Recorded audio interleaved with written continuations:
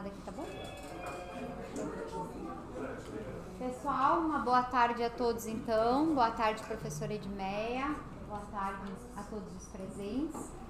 Então, novamente, saudamos a todos os presentes, em especial a professora Edmeia. E retomamos o evento FEPEL Sem Distância, Seminário de Integração entre os cursos à distância e presenciais da UFPEL. Neste momento, convidamos a todos para assistirem à palestra da professora, com o título EAD ou Educação Online. Qual a diferença? Essa palestra será ministrada, então, pela professora Edmeia Santos. A professora Edmeia, ela é graduada em Pedagogia pela Universidade Católica de Salvador, mestre e doutora em Educação pela Universidade Federal da Bahia, pós-doutora pela Universidade Aberta de Portugal, colaboradora esporádica no mestrado em Pedagogia. Atualmente, ela é professora titular livre da Universidade Federal Rural do Rio de Janeiro. Ela é bolsista PQ do CNPq, líder do grupo de pesquisa Docência e Cybercultura. Ela é membro do Observatório e ela também é membro do Laboratório de Imagem da Universidade Estadual do Rio de Janeiro.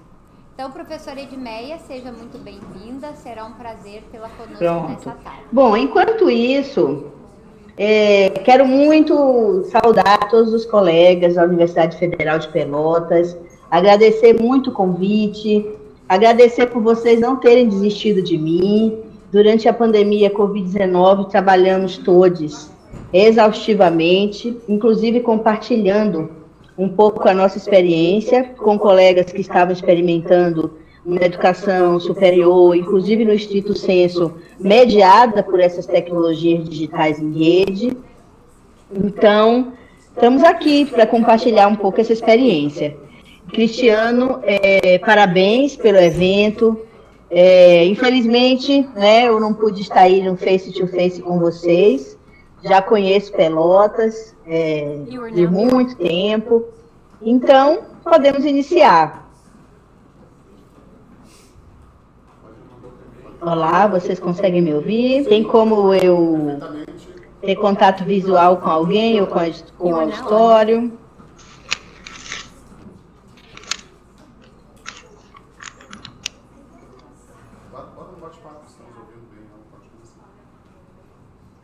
Alô? Oi? Oi? Alô? Pronto? Sim. Por favor, falem aí para ver se eu escuto vocês. You are now muted. You are now unmuted.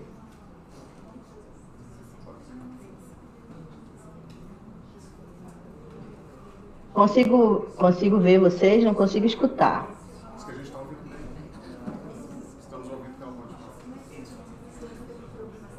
Pode falar.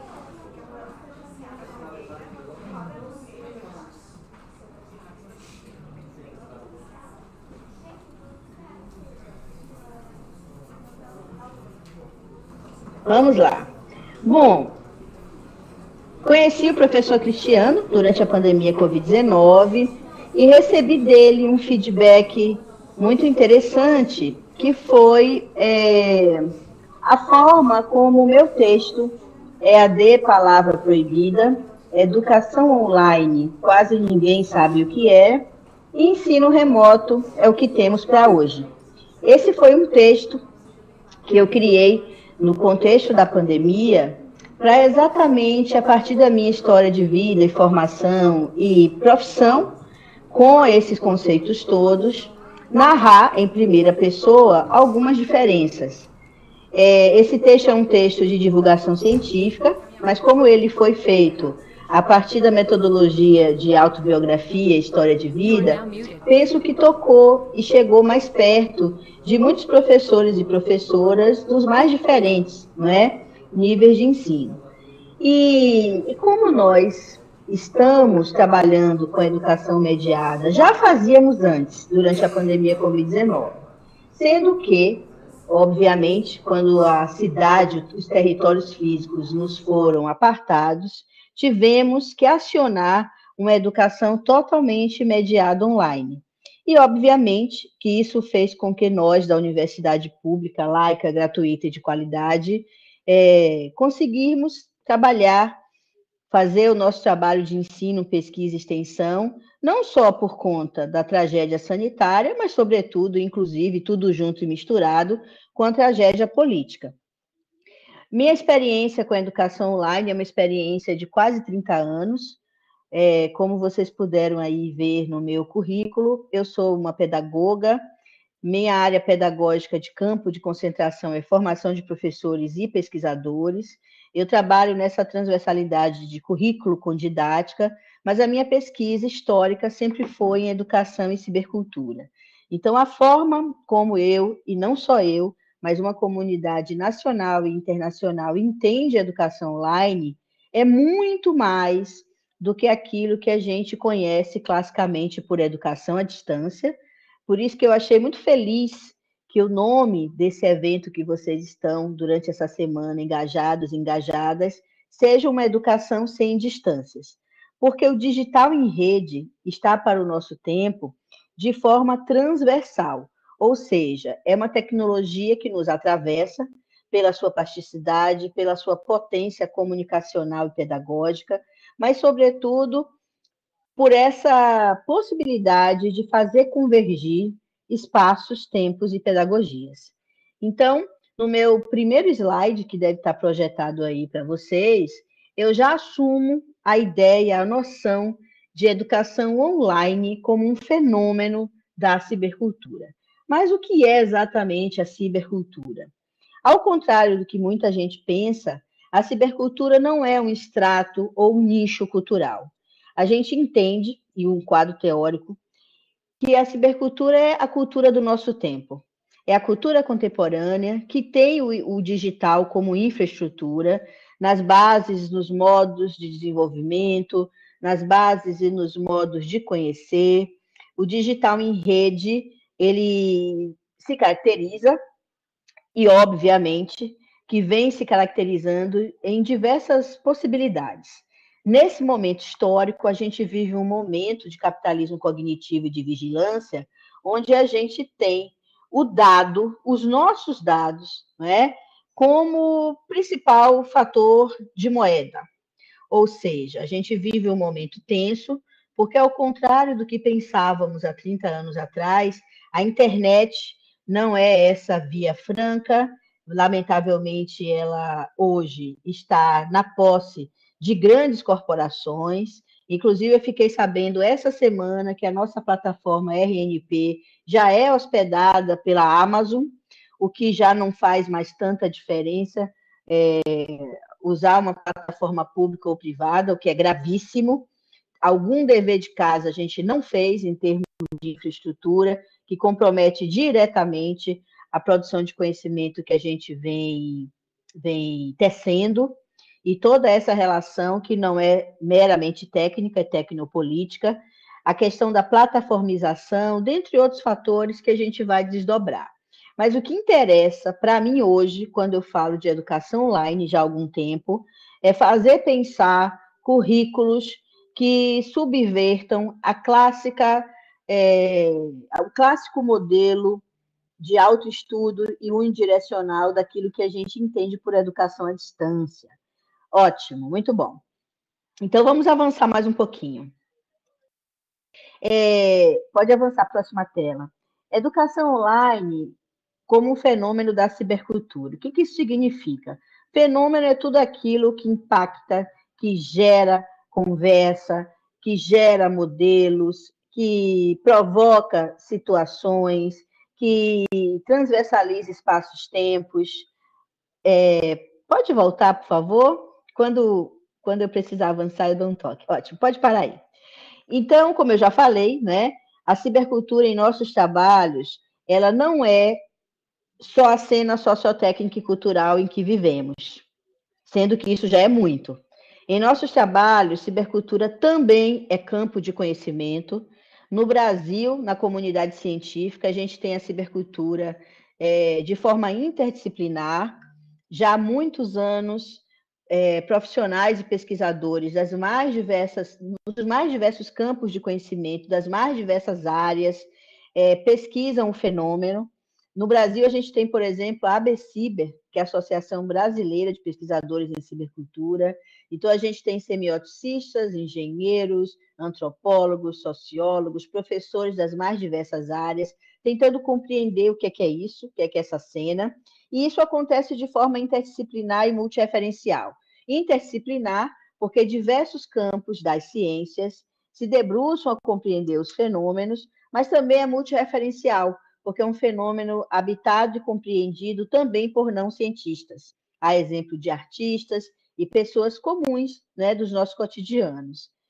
Cibercultura também é campo de pesquisa e formação, não só porque trabalhamos com currículo diversos níveis de ensino. O meu trabalho, especialmente, é na pedagogia universitária. Eu desenvolvi e atualizei aquilo que a gente vem há algum tempo chamando de ciberpesquisa-formação, que é a pesquisa que acontece em contextos de processos formativos, no meu caso, especialmente no campo da formação de professores, na pedagogia e na licenciatura, mas também na formação de mestres e doutores, né? Agora, nos últimos 5 anos, na Universidade Federal Rural do Rio, nos últimos 13 passados na Universidade do Estado do Rio de Janeiro, e anterior a isso na Universidade do Estado da Bahia, de onde eu venho, né, inicialmente. Então, cibercultura, para nós, não é só a cena sociotécnica, mas é campo de pesquisa, é esse diálogo entre ciência e não ciência, redes educativas de uma forma geral, mas também é objeto e construto de nossas pesquisas. Pode avançar. Bom, como é que a gente situa a educação online nesse contexto? O digital em rede é exatamente, para o nosso tempo, a infraestrutura, mas não só. Não há nenhum processo, nenhum modo ou meio de produção que não dependa do digital em rede. Isso desde as atividades com a terra, com o conhecimento, com o modo de produção industrial, nos serviços e, sobretudo, nas formas com as quais nos comunicamos, produzimos nossas próprias itinerâncias formativas e, por que não, fazer pensar a educação formal, né? Neste momento, eu estou pesquisando educação online no estrito sensu, em cursos de mestrado e doutorado. Por quê? Porque a gente já vem pesquisando e fazendo os currículos na educação superior, e aí quando eu falo de educação online, eu não estou falando de uma educação sem território físico e simbólico, eu não estou falando de uma educação apenas no âmbito do ciberespaço, das plataformas específicas, eu não estou falando de educação à distância, eu entendo e compreendo a educação online tanto como educação formal, mas também como educação não formal e aprendizagem ubíqua, educação informal, porque aprendemos em movimento com os nossos celulares, acessando redes sociais, espaços abertos de cultura, de formalidade, mas a gente percebe que em alguns momentos históricos o digital foi ganhando plasticidades diferentes.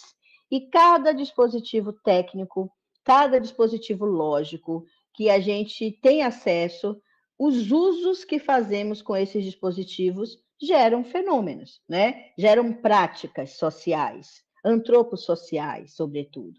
Então, o digital em rede está para o nosso tempo, principalmente a partir de 2 características fundamentais.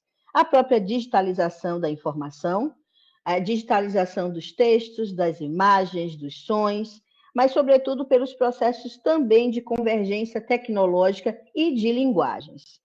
Diante do que a gente vive com um dispositivo na palma de nossas mãos, só para dar o exemplo do celular, do smartphone, a gente consegue ter, no mesmo dispositivo, câmeras fotográficas, filmadoras, editores de textos, gravadores de som.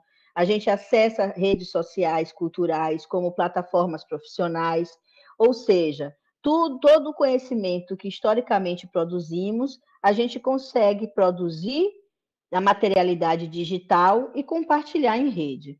E isso vem provocando mudanças sociotécnicas profundas E é desse contexto sociotécnico e tecnopolítico que a cibercultura como cultura contemporânea emerge. E com ela, fenômenos, diferentes fenômenos estudados por muitos de nós, inclusive. Hoje, por exemplo, no meu grupo de pesquisa, nós estudamos fenômenos que não estudávamos há 10 anos atrás, ou que não estudávamos há 20 anos atrás. Se vocês tiverem curiosidade, eu tenho um site Acervo, que é de measantos.pro, de professora.br. Lá eu tenho uma coleção de dissertações e teses que orientei. Inclusive, agora eu vou receber um pesquisador colombiano que vai fazer um pós-doutorado exatamente mapeando o que o meu grupo de pesquisa nos últimos 20 anos conseguiu estudar e compreender em termos específicos sobre cibercultura. Então, só para dar um exemplo, quando eu fiz a minha tese de doutorado há 20 anos atrás, 25 anos atrás, eu estudei, por exemplo, o fenômeno das lan houses, o fenômeno do cibersexo, o fenômeno das raves, eu estudei o fenômeno do cibercinema, para chegar a compreender que uma educação que rompia com a unidirecionalidade, que incluía o contexto de sala de aula, de conversação, de hipertexto na plasticidade do desenho didático e de interatividade na relação professor-aluno, era muito mais do que aquilo que a gente compreendia outrora como educação à distância. Obviamente que a gente também pesquisou que alguns currículos não compreenderam ou lançaram mão do digital em rede e preferiram transpor para a internet aquilo que já se fazia com os impressos e as audiovisualidades. Por isso que muitas vezes a gente ainda faz educação à distância na plataforma, na internet. Por quê? Porque a gente fez uma transposição de um currículo fundado, instituído nos meios massivos para os meios pós-massivos, sem compreender a potência do que a gente entende por pós-massivo, que, em última análise, é esse próprio ciberespaço habitado por seres humanos em processos de comunicação, né? Então, aqui, como nos apresenta esse slide, a gente tem a digitalização e a convergência como principais marcas da potência do digital em rede, mas a gente tem, muito para além do processo de digitalização, aquilo que a gente vem hoje compreendendo, como a questão da plataformização, da educação, a datificação da vida e a inteligência artificial. Neste contexto sociotécnico, fenômenos estão em emergência. Então, só para citar um exemplo, eu tenho 2 orientandos tentando compreender exatamente essa onda pós-verdade fake news, né? Defendemos esse ano uma tese de doutorado, onde a gente criou um dispositivo, que a gente inclusive chamou de Regulus, que é o sobrenome do Paulo Freire. A gente criou um dispositivo com inteligência artificial, inserimos dentro do nosso desenho didático, do curso de pedagogia à distância, onde a gente tem a capilaridade do estado do Rio de Janeiro, e a gente, dentro da nossa unidade curricular, que é Informática na Educação, a gente praticou com professores em formação a checagem de notícias falsas. Então, a gente ensinou aos nossos estudantes de pedagogia a verificar, através desse dispositivo de inteligência artificial, que era um chatbot, se aquela notícia que circulava em sua rede, em sua escola, era verdadeira ou não. Com isso, a gente conseguiu produzir um banco de dados coletivo, mostrando mesmo como o professor poderia transportar essa tecnologia para a sua sala de aula na escola básica e trabalhar o fenômeno do pós-verdade com seus alunos nas mais diferentes áreas. Mas não satisfeitos com isso, a gente também desenvolveu atos de currículos e atividades onde a gente criou contraditos, ou seja, criamos em diferentes linguagens, desde os memes a microvídeos, pequenos textos nos mais variados gêneros, como fazer uma leitura crítica dessa mensagem que foi circulada como verdade, que no fundo só gera ódio, desinformação, negacionismo, etc, etc. Então, lançar mão da potência do digital e desenvolver práticas pedagógicas interativas é aquilo que a gente vem tentando produzir e compreender já há alguns anos, chamando de educação online. Então, em nossos trabalhos, a educação online não é uma mera evolução da educação à distância clássica. Ela rompe epistemologicamente e também do ponto de vista da pedagogia das práticas com certas dinâmicas e lógicas próprias de uma educação massiva. Lamentavelmente, principalmente no âmbito das universidades privadas, mercadológicas, e até das universidades públicas que não praticam formação continuada na cibercultura, a gente vem acompanhando, lamentavelmente, modelos massivos de transmissão de informação, de atividades de autoestudo, e muitas vezes isso tem sido chamado de educação online. A gente tem pesquisado, inclusive, currículos em cursos de graduação inteiros, que são meras autoinstruções programadas, onde o aluno tem contato apenas com o design instrucional e tarefas para prestar contas em datas específicas, mas eles e elas nunca encontram com colegas, nunca têm acesso ao professor doutor pesquisador. Então, muitas vezes, a docência na educação superior está sendo reduzida e precarizada na forma de tutorias, e mais que isso, mais problemático que isso, muitas vezes os sistemas têm usado inteligência artificial como tutores automáticos para tirar dúvidas de conteúdos específicos, como se os conteúdos não fossem dinâmicos e que não fossem, principalmente na educação superior, pretextos para processos mais complexos de produção de conhecimento. E, obviamente, que isso exige professores como nós, não é? Concursados, bem formados, que tenha contato com uma turma para, com ela, produzir esse currículo. Então, é desse lugar que a gente entende a educação online. Pode avançar. Bom, como é que a gente entende a prática da educação online? Eu gosto muito dessa palavra, etnométodos, que vocês estão vendo aí. Eu entendo a educação online como um etnométodo. Essa é a palavra do epistemólogo Alain Coulon, né? Etno vem de povo, cultura, práticas. Métodos são jeitos próprios de fazer.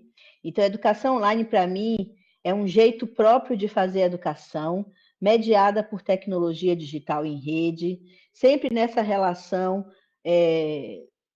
com o território físico. É possível fazer educação online na nossa sala de aula presencial, mas é possível também fazer educação online totalmente dispersos, sem sala de aula presencial, mas com encontro em sala de aula online. Educação online também é dispositivo, são esses meios materiais e ou intelectuais que a gente aciona para ir ao encontro dos nossos alunos e do conhecimento. É campo de pesquisa formação, em minhas práticas. Eu pesquiso e desenvolvo a metodologia da pesquisa-formação em contextos educacionais mediados, e aí isso envolve a noção de plataforma, de ambiente virtual, que eu vou diferenciar e explicar um pouco mais depois. Isso tudo vai criando, né, experiência e produção de conhecimento, e é o que faz a nossa obra ser materializada nos últimos anos. Pode avançar. Bom, eu queria muito que vocês prestassem atenção nesse mapa, porque aqui eu trago alguns fundamentos epistemológicos da própria cibercultura para a gente fazer pensar currículos online. Para mim, esses fundamentos são fundantes de qualquer prática de educação online. Vamos lá. Educação online não existe sem interatividade. Interatividade, ao contrário do que muita gente pensa, não é aula eletrônica com bonequinhos se mexendo na tela. Interatividade não é pirotecnia, não é apenas multimídia. Interatividade é quando emissão e recepção constroem juntos a mensagem. É aquilo que o velho e bom Paulo Freire já nos ensinou, não é? É uma boa educação, uma educação autêntica, é aquela que a gente faz de A com B. e nunca de A sobre B ou B sobre A, mas é aquela que a gente faz de A com B. O que mais me impressionou durante a pandemia Covid-19? Toda vez que eu era convidada, principalmente no comecinho, para contar um pouco sobre a nossa experiência, o que mais os professores solicitavam inicialmente era como que eu faço para colocar um conteúdo para o meu aluno acessar em algum lugar. Como é que eu faço, por exemplo, uma videoaula? Qual a melhor plataforma para usar? Será que eu posso produzir o conteúdo e compartilhar esses conteúdos pelo WhatsApp, já que todo mundo tem celular de alguma forma, e já que as universidades, muitas delas, não contavam com plataformas digitais? Basicamente, inclusive na minha própria universidade, tá? Na educação superior, nas mais diversas áreas, os professores queriam saber como produzir e partilhar conteúdos digitais. E a minha primeira conversa, e isso inclusive no pós-pandemia, antes de ficar preocupados em produzir e distribuir conteúdos, vamos nos preocupar com a comunicação com os nossos próprios alunos. E há duas grandes formas de se comunicar com os meios digitais. De forma síncrona, como estamos fazendo aqui agora, eu estou na sala da minha casa, vocês estão no auditório da universidade e nós estamos nos comunicando. Obviamente que agora, por enquanto, eu estou com a pré-leção, né? É um momento conferência, é um momento palestra. Mas daqui a pouco a gente vai interagir. Vocês vão me fazer perguntas, eu vou querer saber mais como anda a semana de vocês. Por quê? Porque essa interface que nos conecta, que é uma interface de webconferência, eu não gosto de chamar de ferramenta, exatamente porque ferramenta, segundo a sociologia da tecnologia, é uma extensão do músculo, né? Da nossa capacidade física, sensória. O digital em rede é interface, é aquilo que conecta uma face com a outra. Então, nós podemos nos comunicar de forma síncrona, compartilhando o mesmo tempo, estando em espaços variados, e as webconferências nos últimos anos avançaram muito, porque elas já são interfaces híbridas. É bem possível que aqui a gente já tenha um chat, né, um espaço para se comunicar textualmente também. Muitas vezes, quando a conexão não está muito boa, a gente desconecta a imagem, fica só com o som. E quantas vezes, né, a gente também não estava com um bom som, com uma boa imagem, e nos comunicamos textualmente. Então, o síncrono é aquela comunicação em tempo real. Só que o assíncrono é extremamente potente e é muitas vezes negligenciado por nós professores, por mais diversos motivos. Ou porque nós estamos trabalhando demais, e aí muitas vezes as pessoas acham que o assíncrono é trabalho a mais, porque efetivamente a gente não instituiu a educação online em nossas universidades, a gente ainda não parou para falar sobre o híbrido, e muitas vezes, quando a gente usa as interfaces digitais, a gente sempre usa usando o nosso tempo físico, cronos, inteiro, né? Só que a gente precisa pensar que a potência do assíncrono é exatamente poder nos comunicar com os nossos alunos em tempos diferentes. Então, num fórum de discussão, por exemplo, eu posso abrir um fórum provocando os alunos à leitura de um texto, fazendo um estudo de caso, ou convidando para um projeto, e os alunos, ao longo da semana, vão interagindo comigo ou entre si em tempos diferentes. O assíncrono tem bastante potência de densidade, porque é possível parar, refletir, pensar, escrever, produzir um recurso audiovisual para que seja disparador de conversa. Então, interatividade, gente, em última análise, é conversa, é conversação. É quando emissão e recepção constroem juntos a mensagem. Interatividade não é um conceito específico da cibercultura, da internet ou dos AVAs. Interatividade é um conceito de comunicação. Então, antes de ficar preocupado em postar um conteúdo para o aluno consumir, é muito importante que a gente se preocupe com as atividades de conversação que teremos com os nossos alunos. E, obviamente, a educação online converge o melhor do síncrono com o assíncrono, Porque se a gente faz só síncrono, não é educação online, é ensino remoto. Ensino remoto é um fenômeno específico da pandemia Covid-19. Eu frequento o GT16 da Amped há mais de 25 anos, fui coordenadora do GT por 4 anos, atualmente eu sou do Conselho Científico pelo próprio GT, Educação e Comunicação da Amped, e nunca tivemos trabalhos sobre ensino remoto antes da pandemia Covid-19.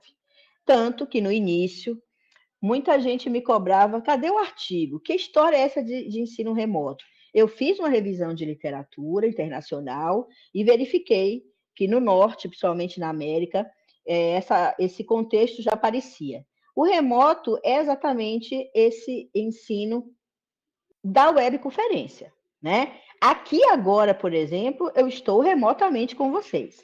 Então, o que diferencia, por exemplo, a educação online de ensino remoto é que o remoto ele é sobretudo síncrono, baseado em webconferências.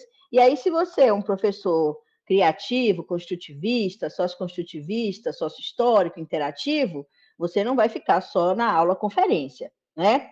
Você pode fazer preleções, provocações, usar diferentes recursos, os alunos podem se organizar em grupos, produzir conhecimento em pequenos grupos e depois compartilhar para todo mundo. E em outros momentos a gente faz palestra e conferência sim, em outros momentos a gente assiste filme e podemos pensar diferentes possibilidades, porque as webconferências elas têm, inclusive, outras interfaces, como quadros que a gente pode compartilhar, slides que a gente pode projetar. Então, o remoto ele se caracterizou pela webconferência, subutilizando o assíncrono.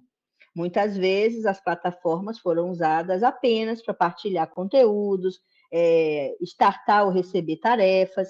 A educação online faz a melhor combinação entre o síncrono e o assíncrono, sendo que o assíncrono é prioridade, pensando exatamente que o síncrono pode ser usado dentro do desenho didático sem ser exatamente a cena.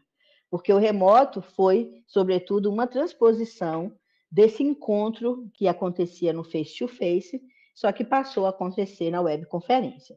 Então, interatividade, gente, ele é conceito de comunicação e tem relação direta com todas as teorias da autoria, da produção de conhecimento, sobretudo colaborativa, compartilhada. Outro fundamento que, para mim, é muito caro é o fundamento do hipertexto. É a gente conseguir produzir sequências didáticas, roteiros, unidades curriculares hipertextuais, lançando mão do que há de mais potente na linguagem digital.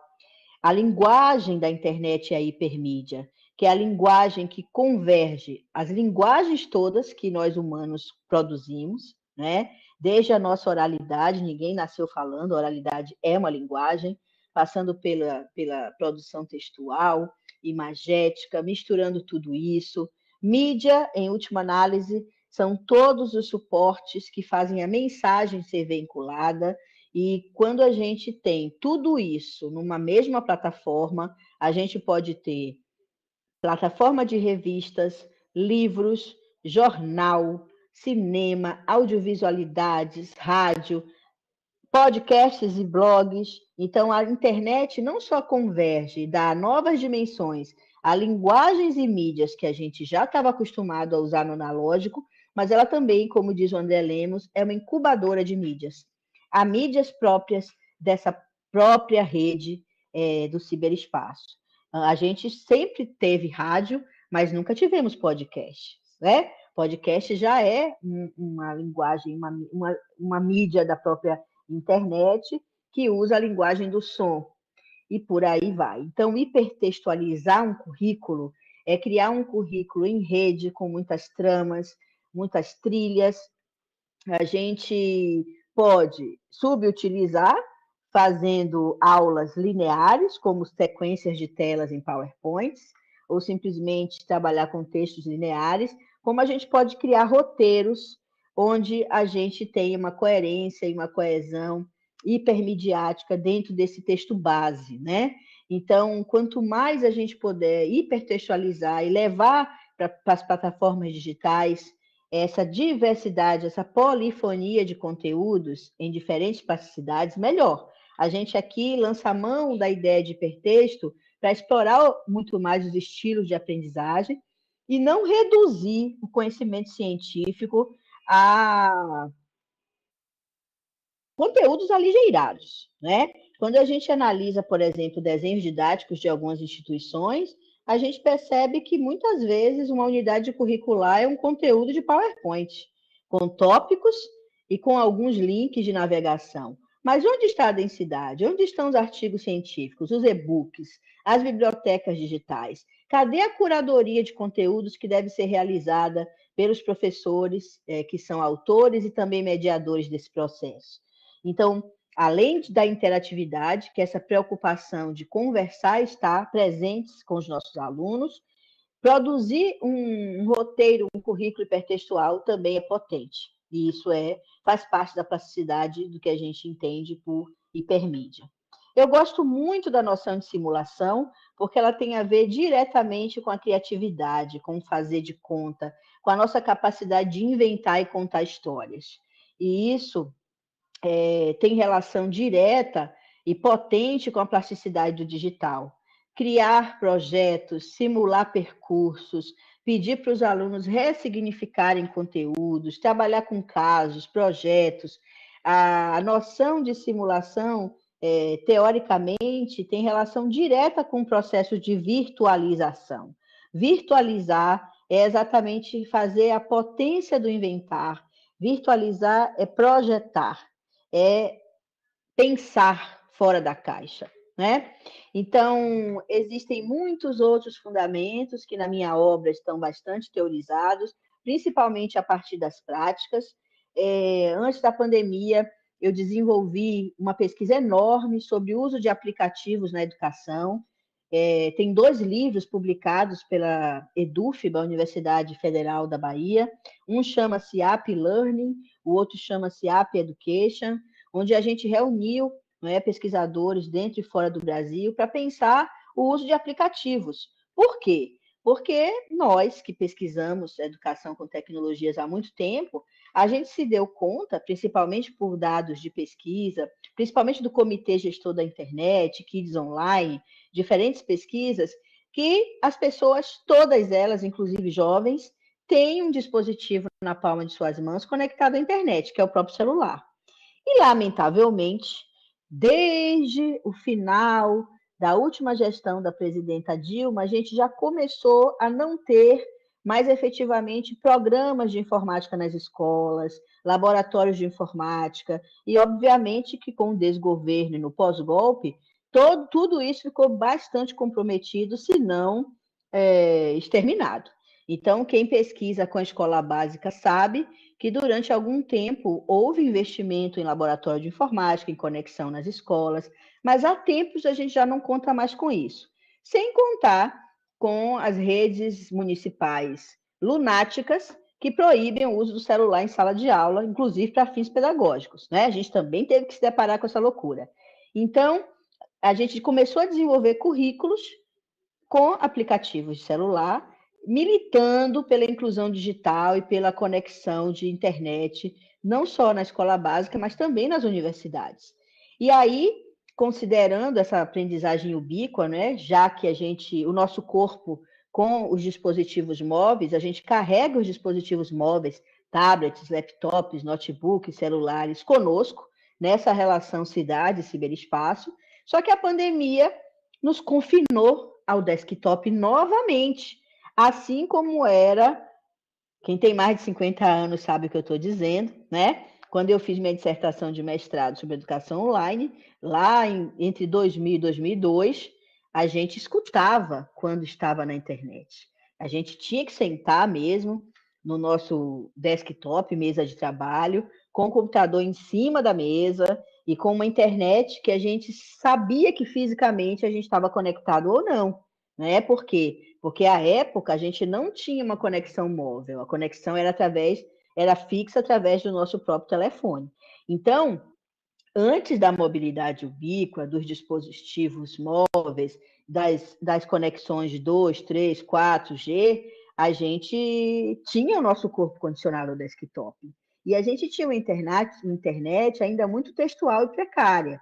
Quem viveu mais de 20 anos atrás sabe a saga que era compartilhar uma imagem, projetar um vídeo, tudo era muito textual, né? Muito mais baseado em hipertexto com texto mesmo. Então, com a evolução, né, das redes e também dos dispositivos, a gente conseguiu avançar, inclusive praticar a educação online móvel. Mas a pandemia nos confinou de novo ao território físico da casa. E aí a gente voltou ao desktop, só que a internet já estava bem mais evoluída. Prova disso foram os usos que fizemos das diversas interfaces de webconferência, né? Então, por mais que os nossos corpos estivessem condicionados à casa e a nosso office de trabalho, as plataformas com as quais a gente interagiu já estavam bastante hipertextuais, híbridas e mais dinâmicas. Só que os nossos corpos estavam confinados. O que hoje a gente vive no desafio da universidade é reabitar fisicamente as nossas universidades. Pessoalmente, eu já venho percebido certa evasão. Em 2022, março de 22, nós voltamos na Rural e as nossas turmas de 50 estavam sendo habitadas por 23, 25. Recentemente, eu vi uma matéria sobre a Universidade Federal de Pernambuco, que está com seu noturno esvaziado, e a gente sabe que é preciso fazer uma pesquisa séria para a gente compreender o motivo dessa evasão toda. Tem muito a ver com o empobrecimento, né, com essa transição econômica doida, mas tem também a ver, e aí que nos cabe pensar pedagogicamente melhor, de uma inovação pedagógica dentro das nossas próprias universidades públicas, porque muitas vezes também pelo empobrecimento, pela ausência de recursos, os nossos alunos, lamentavelmente, estão preferindo currículos aligeirados num privado da vida que cobra R$ 100. Então, tudo isso são dados dispersos, mas a gente já começa, né, a ter acesso a algumas pesquisas que têm mostrado por que os nossos alunos não estão voltando ou não voltaram totalmente no pós-pandemia.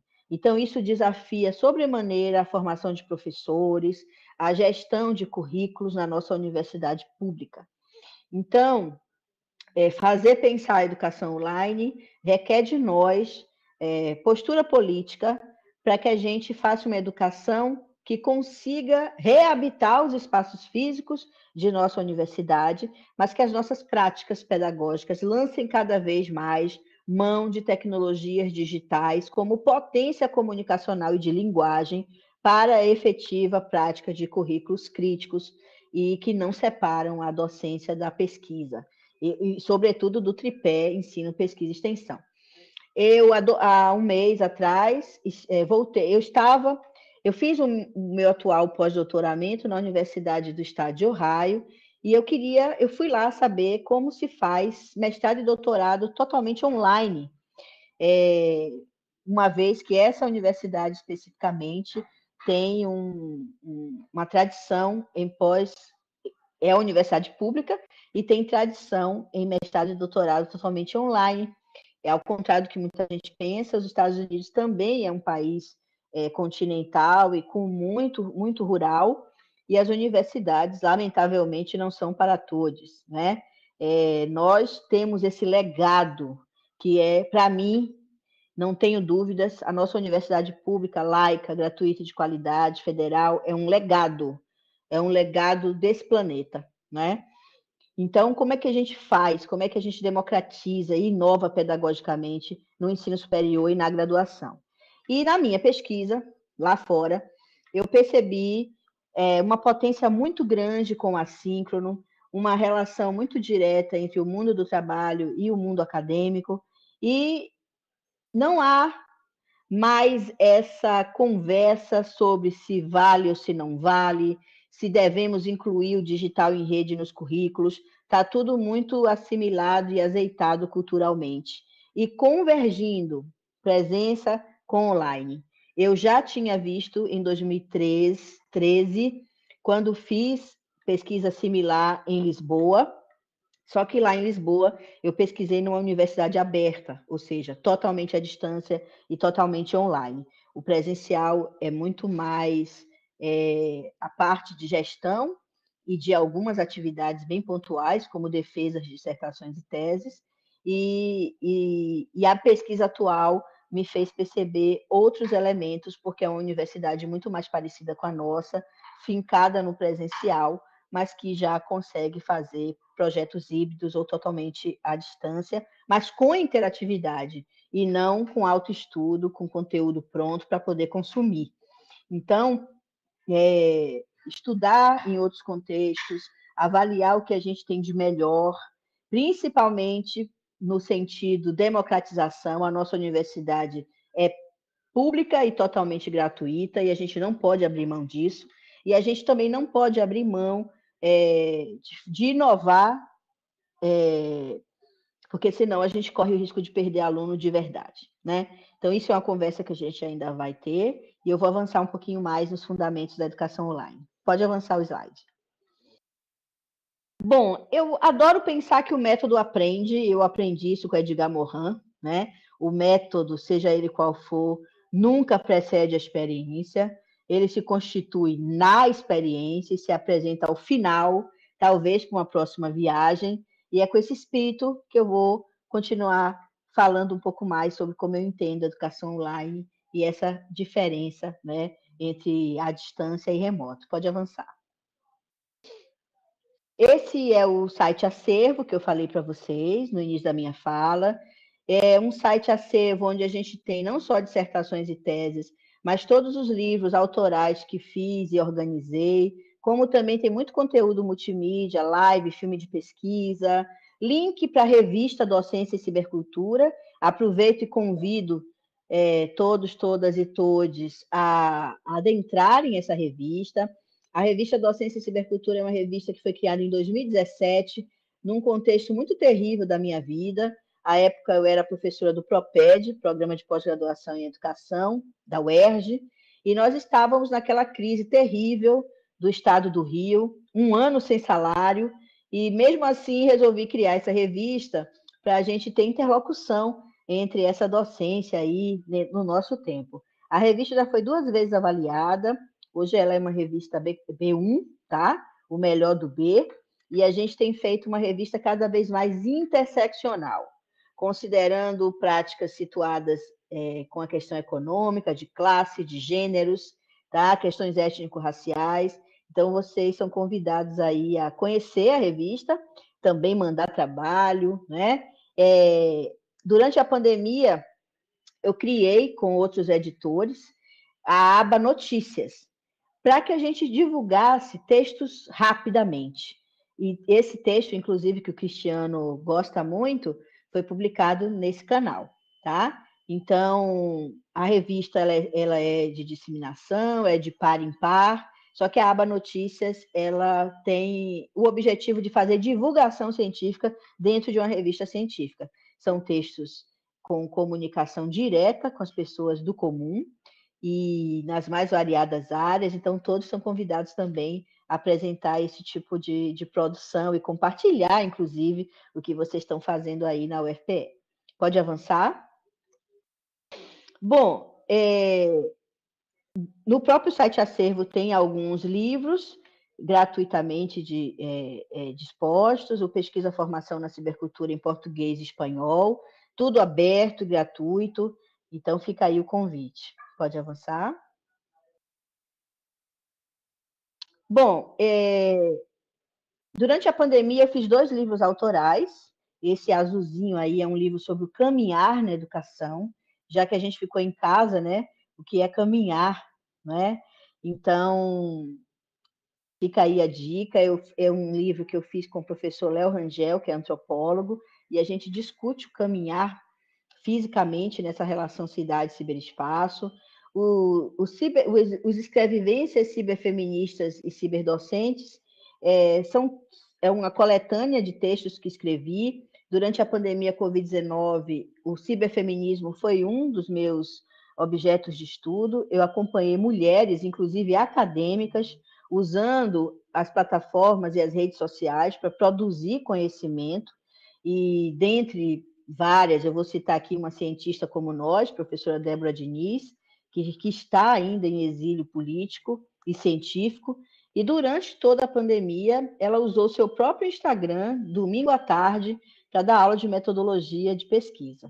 E a o NB, entendeu que era possível fazer extensão também usando redes sociais, né? Então, foi uma pesquisa onde eu busquei mulheres cis e trans das mais variadas classes e origens étnico-raciais, de como que estávamos produzindo durante a pandemia. Pode avançar. Esse é o livro Pesquisa Formação, onde a gente tem cases, versões em português. Essa versão laranja, ela foi editada como fruto do meu primeiro pós-doutorado. Essa outra é edição no Brasil, porque a gente quis democratizar, né, o acesso ao conteúdo. Pode avançar. Esses são os dois que eu falei, né? E agora que a gente volta a habitar a cidade, inclusive a cidade universitária, recentemente eu fiz uma pesquisa com os meus alunos de graduação para saber deles e delas como eles habitavam a cidade universitária, que equipamentos científicos, culturais e artísticos utilizavam ou não e por quê. E a gente percebeu que o direito à cidade universitária é um desafio, assim como o direito à cidade, e com isso a gente também foi desenvolver aí atividades, inclusive atividades de jogos imersivos, dentro dessas práticas na própria cidade universitária e na relação com os ambientes online que a gente conseguiu tecer durante a pandemia e saber dos alunos, através dos alunos, como os professores ainda estavam usando ou não as plataformas digitais. Então, no meu contexto específico, quase todo mundo abandonou o nosso AVA. A gente não teve Moodle para todo mundo, porque a gente não tinha ilha, a gente não tinha fazenda de dados. Então, a gente trabalhou com o SIGA-A, que é bem minimalista, mas funcionou super bem, porque a gente percebeu que os professores criaram sequências didáticas incríveis, usaram bastante o fórum para conversações, mas basicamente todo mundo praticou remoto mesmo, que foi ligar a câmera e dar aula. E eu chamei essa prática muitas vezes de aula rádio, porque eu percebi, inclusive da minha própria experiência, que os alunos ficavam com suas câmeras fechadas, não participavam com sua voz, e a sala de aula eram bolinhas coloridas, e o professor e a professora falando, falando e falando. Então, na pós-graduação em Stricto Sensu, a gente percebeu que os professores habitaram mais, inovaram mais em pedagogia, mas na graduação, lamentavelmente, a aula rádio foi... Aí a gente teve a aula rádio, mas teve também a aula à distância. Professores fizeram roteiros, disponibilizavam e recolhiam trabalhos na data marcada, lançavam nota, mas não houve conversação. E aí isso não significa que os professores não trabalharam, muito pelo contrário. Muita gente gastou horas fazendo videoaula, fazendo seus canais no YouTube, criando materiais, apostilas e roteiros, mas a docência ficou centrada na produção de conteúdo e não exatamente na conversação com os alunos. Então, quando a docência é centrada na produção de conteúdo e de atividades para os alunos consumirem sozinhos, através do autoestudo, isso aí é educação à distância, mesmo usando a internet.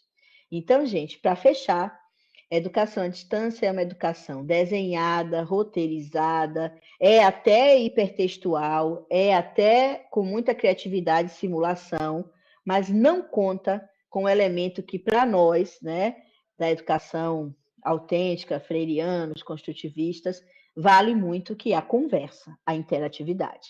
Então, a educação à distância não prima sala de aula, não prima conversação e não prima a construção de um currículo no processo.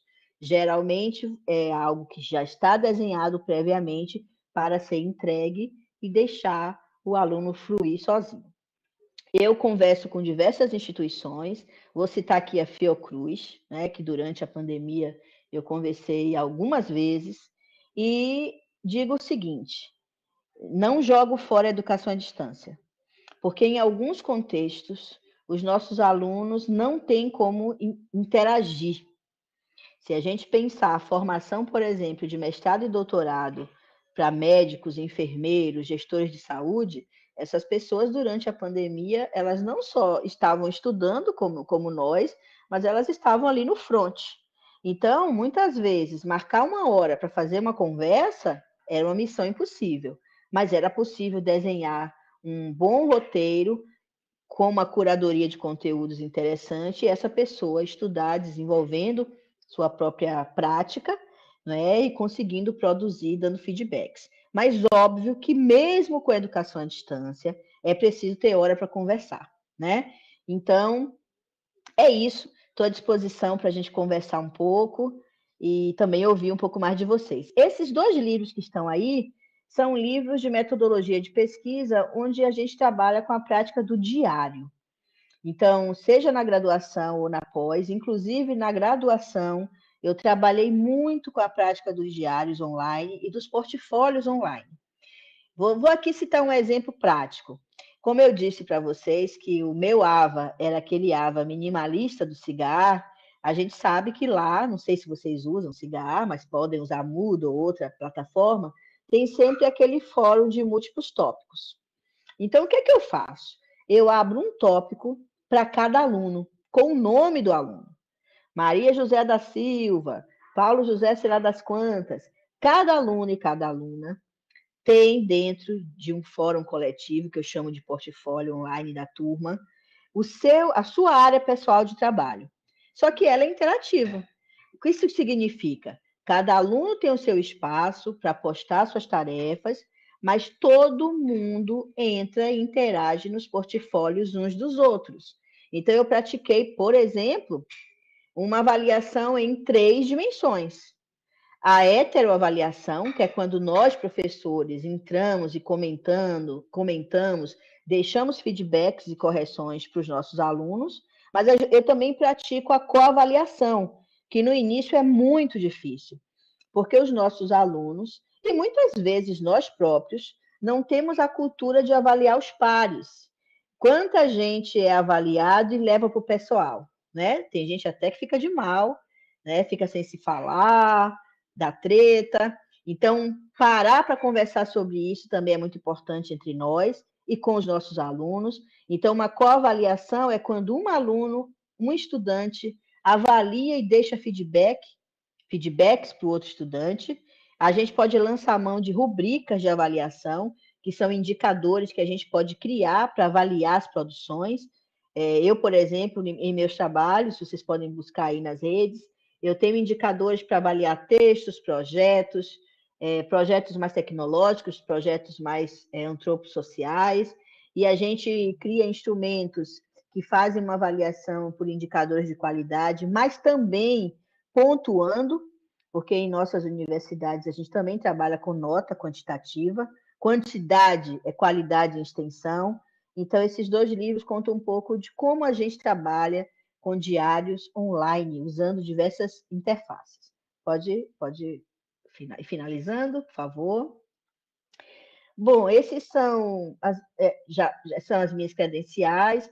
Nesse momento, eu conto com financiamento do CNPq e da FAPERJ, para essa pesquisa mais ampla sobre a educação online no Instituto Censo, onde, durante a pandemia, eu desenvolvi 3 desenhos didáticos assíncronos para mobilizar saberes científicos na pós-graduação. E dentro dessa pesquisa, eu também fui estudar como colegas estão fazendo lá fora, e isso acabou coincidindo também com o meu atual pós-doutorado. Pode avançar, posso depois contar um pouco mais. Acho que pode avançar para o último slide. You are now unmuted. Tem mais algum? Acho que não. Esse é o último. Então é isso, fico por aqui. No Instagram eu sou Mea Santos, né? E estou sempre trazendo novidades por lá, partilhando experiências com outros colegas. E agora eu quero conversar com vocês. Acho que essa fala foi uma pré-eleção, um start para a gente simplesmente só se posicionar, né? De que lugar falamos sobre educação online, a partir de que fundamentos. e já podemos, então, compartilhar dilemas. Cristiano, eu gosto muito dessa dupla, que para mim ela é uma dupla inseparável. Dilemas e etnométodos. Dilema é exatamente aquilo que tira o nosso sono. Quais as nossas preocupações curriculares do momento, né? E etnométodos são os métodos, os jeitos de fazer próprios, nossos. E quanto mais a gente tem comunidade de prática, espero que esse evento de vocês tenha forjado uma comunidade prática ou reforçado uma comunidade prática já existente na universidade. Eu ouvi durante a pandemia muita gente importante de currículo, de didática, dizer que professor universitário não precisava de aula para dar aula. Achei lamentável essa fala, porque a gente precisa de aula para dar aula, sim. Porque aula não é cada vez mais um desafio no nosso cotidiano, diante de tanta coisa, de potência e também de atrocidades que nós, professores, né, deste país enorme, vivemos cotidianamente. Então é isso. Parabéns pelo evento, estou à disposição para a gente conversar. Professora Edmeia, muito obrigado.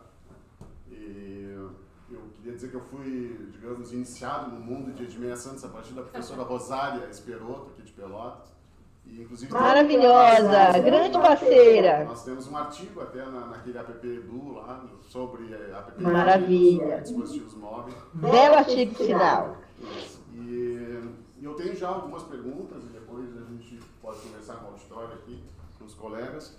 Mas uma pergunta, e pode ser, creio que seja um dilema, é que alguns colegas dizem que não se consegue aprendizagens efetivas se não existir o olho no olho, né, face to face, como alguns dizem. Então, não se consegue aprendizagem sem o olho no olho e dessa forma, muitas vezes, há uma certa barreira em aderir ou trabalhar com a educação online ou mesmo com a educação à distância. O que a senhora pode nos dizer em relação a isso? Como é que a gente pode lidar com essa questão do olho no olho no mundo digital? E aproveitando também, né, a mesma pergunta, os mesmos colegas e outros dizem que o mundo digital acaba por nos tornar, muitos de nós, doentes. Né? O excesso do mundo digital nos torna, gera problemas até mentais. Então, como lidar com isso? Olho no olho, para promover a aprendizagem no mundo digital, sem o excesso. Essas questões, como a gente lida. Então, essa seria uma primeira pergunta bem simples. Bem fácil de responder. Então, já quer fazer um bloco de 3, considerando que essas duas são uma só? Pode ser. E uma outra é como trabalhar as estruturas, principalmente a gente hoje atua com educação à distância na UAB, e eu vejo que em alguns momentos, né, tu traz nos artigos algumas questões que a UAB precisa avançar em termos de certa forma já respondeu na palestra, mas acho que talvez seja interessante reforçar, né, do método da UAB, muitas vezes baseado em textos, em vídeos e atividades, né, o que tem que mudar, e sei que atuas, né, na UAB, o atuou durante alguns anos. Atuo, claro. Uhum. Então, o que ali a gente pode melhorar nesse aspecto para transformar da UAB de uma educação à distância para uma educação online? Então, seriam essas as questões minhas, e não sei se o grupo ainda deve ter algumas outras questões. Obrigado, professor. Quer fazer o microfone circular para a gente ter pelo menos mais uma aí da... Acho que está captando. Depois a gente abre outros blocos, se vocês quiserem. Boa tarde, professora. Eu sou a Rosaura, trabalho aqui direto com o Cristiano e hoje estou coordenadora da UAB aqui da UFPEL, né? E trabalhamos juntos, eu e o Cristiano, na época da pandemia, quando saímos para dar aula na primeira semana de março, na segunda semana estava tudo fechado, né? Todos confinados em casa. E nós tivemos um grande dilema, né, professora? Como trazer o nosso aluno, ou manter o nosso aluno em contato com o meio acadêmico, né? E isso foi extremamente importante pelas características da nossa universidade, né? E uma questão era a grande dificuldade de todos naquele momento entender o significado do que é EAD, do que é ensino emergencial remoto, do que é educação online. E eu acredito que tem muita gente ainda que não tem noção do que isso significa, que atrela todas essas terminologias ao uso de alguma tecnologia. Tá? Então eu gostaria que a senhora falasse um pouquinho sobre isso. E também, só para relatar, na época, né, Cristiano, nós fazíamos live, nós fazíamos oficina, nós trabalhávamos lá 16 horas por dia, confinados, né, cada um na sua casa, no seu computador. E numa live, a gente falava de cuidado, né, de acolhimento. E alguém me perguntou se tinha afetividade dentro desse ambiente, no caso, à distância, né? E eu respondi, eu gostaria que a senhora esclarecesse se eu estou certa ou estou errada, que, em primeiro lugar, não existe educação sem afeto, independente da modalidade. E aí, se a senhora pudesse comentar um pouquinho sobre isso, eu agradeceria. Obrigada. Maravilha. Você já respondeu, tá, Rosaura? Amor, boniteza, afetividade, generosidade, solidariedade, tá? E eu não estou falando aqui You are now muted.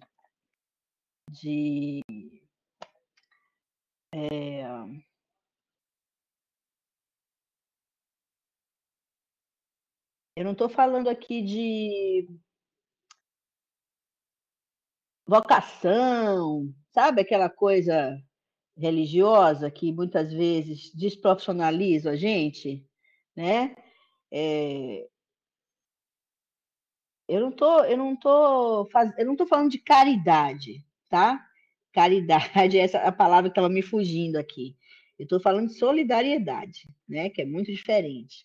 Então, a gente não entende, eu pelo menos não entendo uma educação sem afeto. Né? Eu sou amiga dos meus alunos, né? Eu cozinho para os meus alunos muitas vezes. Então, os professores e professoras que já tinham uma relação horizontal com os seus alunos, e aí eu estou falando de Paulo Freire, nas relações horizontais, conversacionais, procuraram manter isso no remoto, né? Como eu já expliquei, o remoto se caracterizou pelo uso de lives, de webconferências. Obviamente que nós, da Universidade Pública, pelo menos nós, na Rural, a gente demorou 5 meses ou 6 para a gente conseguir startar o que a gente chamou de emergencial. E a gente chamou em 2020 de emergencial exatamente porque a gente não tinha outro nome. Nós somos uma universidade presencial e a gente é muito crítico à educação à distância. Ainda mais aquela pós-Weintraub, né? Nem sei se é assim que pronuncia, eu nunca aprendi a pronunciar o nome daquela pessoa. Mas não esqueçamos que antes da pandemia a gente tinha um fantasma de fazer a universidade perder a autonomia e massificar conteúdos técnicos, perdendo a essência de produzir conhecimento crítico. Então a gente startou uma pandemia com aquele fantasma. E quem não praticou nunca na vida uma educação mediada com qualidade, não sabia fazer, tinha preconceito e teve que fazer qualquer coisa para não morrer. Essa é a verdade. E muitas vezes as pessoas que inicialmente resistiram foram as primeiras que não queriam voltar para o presencial depois, né? Então, eu estou falando pela minha própria experiência. Então, eu não vejo, Rosaura, uma educação sem afeto, inclusive numa distância, porque na feitura do desenho didático e curricular, a forma como a gente escreve o texto base, as formas com as quais a gente hipertextualiza um roteiro, as formas com as quais a gente cria uma atividade contextualizada, é possível que ali tenha muita afetividade, tá? Agora, a EAD praticada no modelo Universidade Aberta do Brasil, muitas vezes é a educação à distância clássica. Currículos e roteiros para o aluno consumir, e não há o professor que conversa. A gente tem os tutores, que, na minha opinião, são professores, e aí é preciso ter políticas de formação e profissionalização. Isso é um outro debate que a gente até pode ter, se o assunto for institucionalizar a EAD em nossas universidades. Mas, de todo modo, Rosaura e Cristiano e todo mundo que está aqui presente, a UAB é essa instituição que conecta as universidades públicas para as práticas de educação à distância. Só que os desenhos curriculares e pedagógicos são de cada instituição. É a universidade a autora do currículo. Então, o currículo não é da UAB, o currículo é de Pelotas, o currículo é da UERJ, o currículo é da Rural. Somos nós, professores, que desenhamos as nossas unidades curriculares. Somos nós, professores da universidade, que acompanhamos os professores tutores que fazem parte da nossa equipe. E eu vou lhe dizer, eu trabalho na UAB, que é um projeto de EAD, só que a minha unidade curricular é online. E isso é subversão que a gente faz com a chancela de alguns pares. Me permitam contar aqui uma intimidade. Eu tinha 6 tutores em polos presenciais, que estavam nas localidades. Eu respeito muito os polos presenciais, porque eu entendo que um polo presencial é um campus da universidade. Se a gente tem lá atividades científicas, grupos de estudos, se lá acontecem seminários, rodas de conversas, cineclubes, encontros, lugar para estudar, infraestrutura científica, cultural e artística, um polo pode ser a interiorização da universidade pública nas localidades. Mas, para isso, é preciso ter projeto político-pedagógico. Só que, no meu caso, que dou aula de informática, né, educação no curso de pedagogia, os polos não estavam funcionando bem, porque a gente tinha um laboratório para não sei quantos cursos. O que foi que eu fiz? Já que a coordenação disse que não tinha rubrica para ter docente online, eu transformei os meus tutores presenciais em docentes online. Coloquei todo mundo na plataforma Moodle. O desenho didático é o mesmo, cada polo tem sua área de conversação, e eu, através da formação continuada, transformei os meus tutores em docentes. Eles e elas participam comigo da autoria do currículo. E eu acompanho, como professora da universidade, a minha própria equipe. Eu não deixo os meus tutores à toa ou entrego para eles a responsabilidade de fazer a educação que eu assino. Mas, para isso, cada coordenador de disciplina precisa cuidar de sua equipe. E, obviamente, a gente precisa discutir coletivamente isso na universidade como um todo. Então, as nossas universidades são presenciais e, quando trabalham à distância, são nos projetos específicos de educação à distância. Isso é diferente de uma conversa mais ampla, da universidade como um todo entender que é preciso institucionalizar algumas práticas para além do presencial.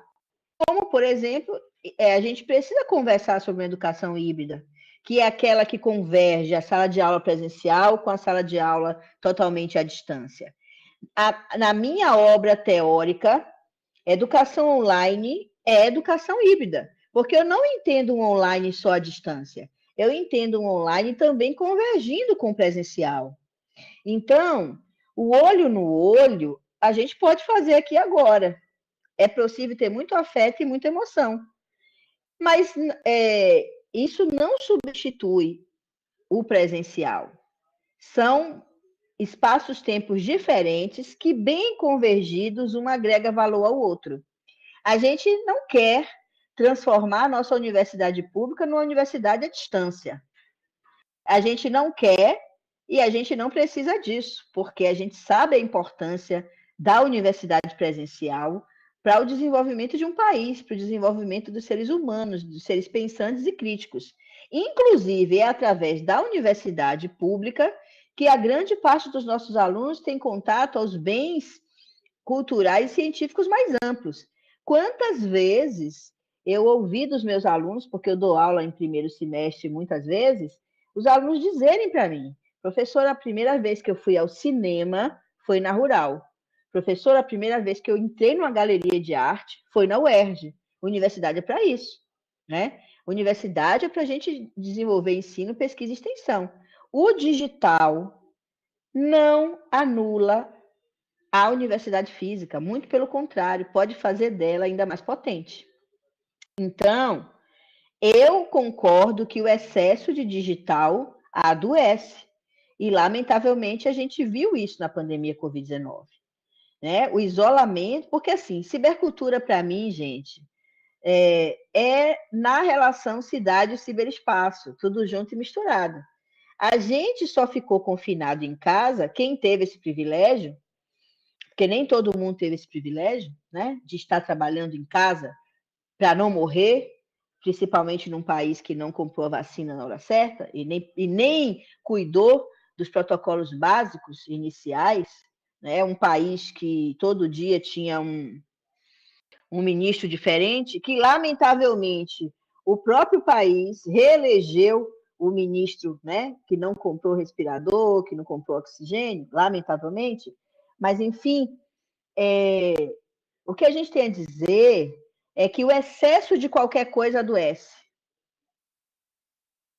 Quem lê e não interage numa roda de conversa, numa mesa de um bar ou numa sala de jantar, é uma pessoa isolada que não consegue interagir com o outro. Quem só lê, quem só interage com o livro, né? Então, linguagens e meios únicos adoecem. O desafio é fazer convergência. Então, por que a gente ficou depressivo, com ansiedade?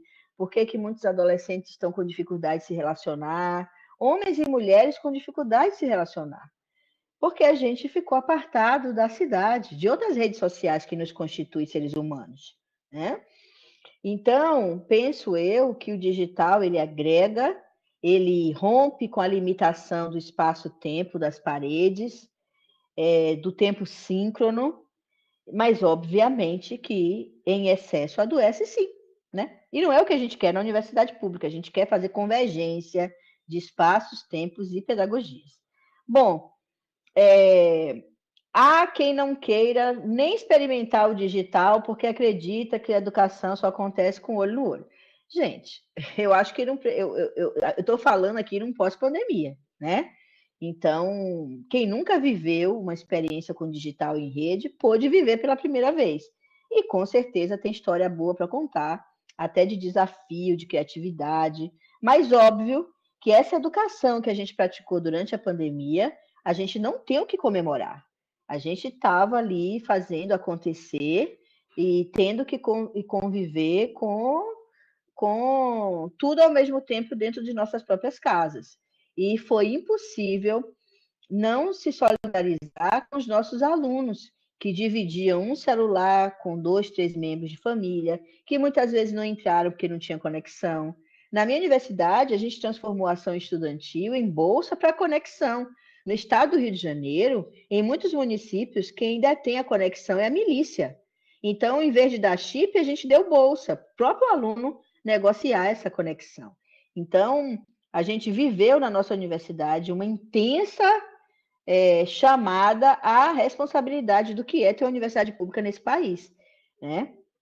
E acho que a gente não pode simplesmente achar que a gente não viveu nada disso e voltar achando que nada disso aconteceu. Porque os nossos alunos não estão voltando. E a gente precisa saber por que eles não estão voltando e a gente precisa saber e se juntar para que eles voltem. E a gente também precisa inovar pedagogicamente. Então, a minha opinião é que esse debate só está começando e que é preciso também aprender com os nossos pares. Eu acho que a gente que carece, né, em cada universidade, a gente poder ouvir os colegas, né? saber o que fizeram, como fizeram, o que a gente pode continuar avançando. A gente tem um desafio enorme com a infraestrutura, que precisa, gente, ser pública, que precisa ser com software livre. A gente não pode se entregar aos GAFAMs. A gente não pode se entregar à Google, à Amazon, né? A gente não pode naturalizar esse tipo de coisa. Então, é preciso uma frente forte, tecnopolítica, crítica, para que a gente produza a nossa própria tecnologia, de ensinar, de aprender, e que a gente possa fazer dessa Universidade Federal uma grande rede, né? E não ilhas isoladas. Então, é muito bom poder ser de Seropédica, Baixada Fluminense, e estar conversando com Pelotas, né?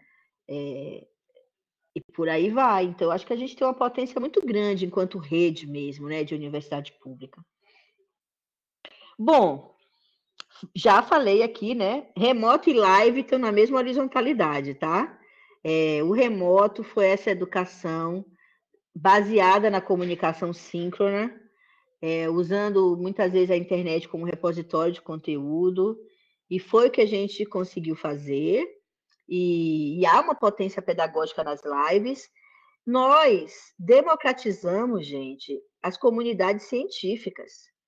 Nós fizemos 3 AMPEDs, só para citar o evento da educação, como a gente fez um ENDIP, que é o maior evento de prática de ensino, com mais de 5.000 pessoas totalmente online. Eu fiz parte da coordenação do ENDIP no Rio de Janeiro. Ano passado aconteceu um ENDIP na UFO, né, em Uberlândia. Então, em cada área aí, eu penso que esse auditório tem áreas variadas. Quantas vezes os eventos científicos eram exclusivos para quem podia se deslocar e pagar? Então, a gente produzia um conteúdo científico em língua portuguesa fenomenal. Vamos mapear o que é bom, fazer curadoria específica do que nos interessa, levar tudo isso para a sala de aula presencial, né? Criar sequências didáticas online diferentes.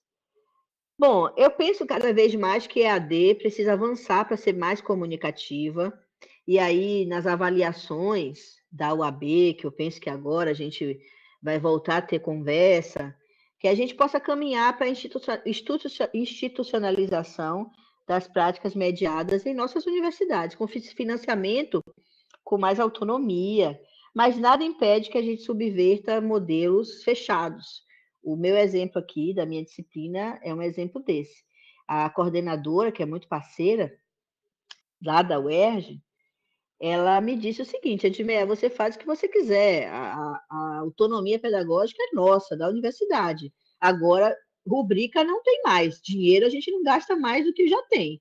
Então, a gente botou a cabeça para funcionar, acabou com a mediação presencial, jogou todo mundo online para que efetivamente a mediação fosse online. E aí a gente tem nossos etnométodos, tá, Rosalba? Como eu dou aula na pós-graduação, muitos tutores meus já fizeram mestrado e doutorado, muita gente continua na tutoria, outros vão saindo, porque vão fazendo concurso, e a gente vai dando espaço para os novinhos, né, como carinhosamente a gente chama, e assim a gente vai fazendo o grupo de pesquisa não ser esse grupo apartado. Então, meu grupo de pesquisa hoje, Cristiano, é um grupo que tem tutores da UAB, professores da escola básica, mestrandos, doutorandos, alunos de graduação, professores da rede que vêm, né? Então, acho que a gente pode interconectar também mais o nosso trabalho de ensino e pesquisa e extensão com a UAB.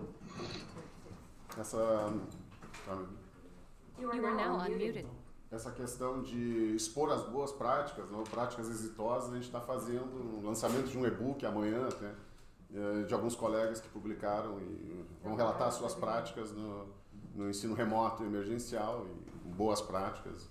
Então, é uma linha que a gente está seguindo, e também a curadoria foi algo que a gente deu muita atenção, curadoria de diversos tipos de materiais que ajudaram muito os colegas na pandemia. A gente tem um site sobre isso. Bom, tem alguns colegas que querem fazer algumas perguntas, estão aqui, eles vão... Maravilha! Contigo,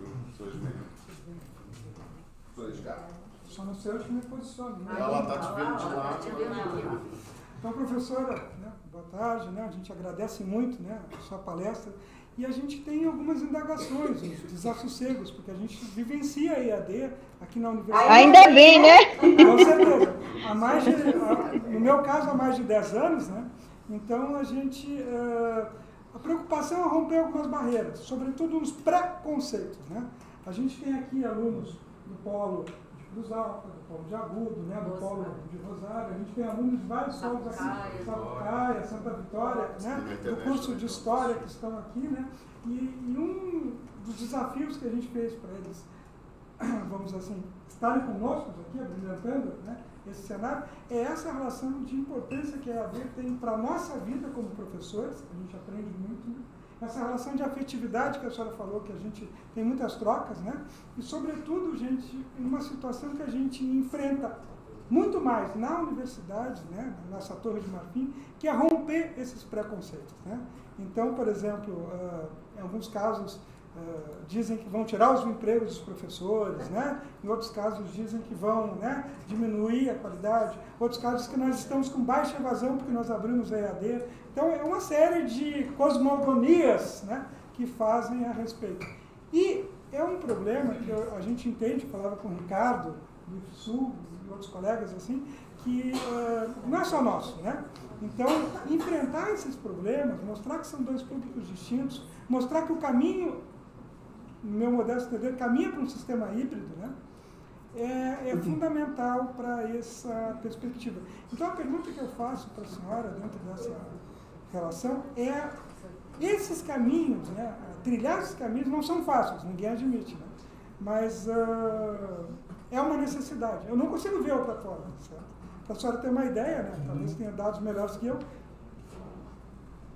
2/3, quase 2/3 das matrículas, eu sou avaliador do EMEC, faço avaliação de curso de História, a gente tem alguns dados, quase 2/3 das matrículas são em EAD. Fechar colocar o sol, né, através de uma peneira, né, não vai impedir que a gente perceba esses raios, né? Então, eu não sei, assim, para a gente dialogar, né, com a sua experiência, eu gostaria, assim, com a sua experiência, assim, desse um pequeno panorama, assim, de potenciais possibilidades, a gente pode falar assim. Não existe nenhuma receita de bolo, né, professora? Eu sei disso. Mas a gente sabe que é um trabalho de formiguinha, mas que eu acho que, nesse momento, tem que ser acelerado. Porque, se não for acelerado, a gente vai perder o trem da história. A gente quebrar as barreiras, principalmente nesse sentido. Quebrar as barreiras nesse sentido, porque, por exemplo, em reuniões de departamento, metade do meu departamento é eminentemente contrário à questão da EAD, com vários preconceitos. Então, sim. Me recupera o seu nome, colega? Edgar Gandra. Edgar. O Gandra é meio famoso aí, né? Mal famoso, né? Mas olha, uma coisa que a gente não pode perder é a espiritualidade e o bom humor. Isso é fato. Vocês me ouvem? Sim. Sim.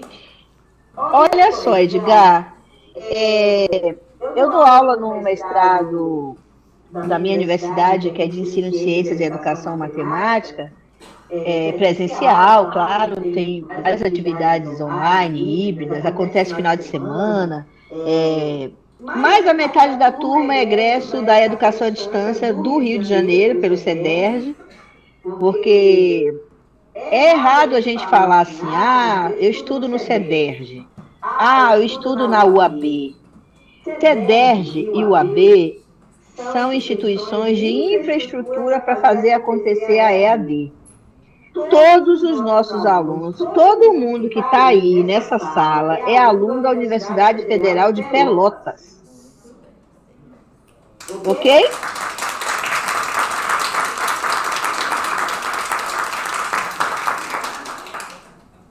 A Universidade Federal de Pelotas é responsável pelo currículo.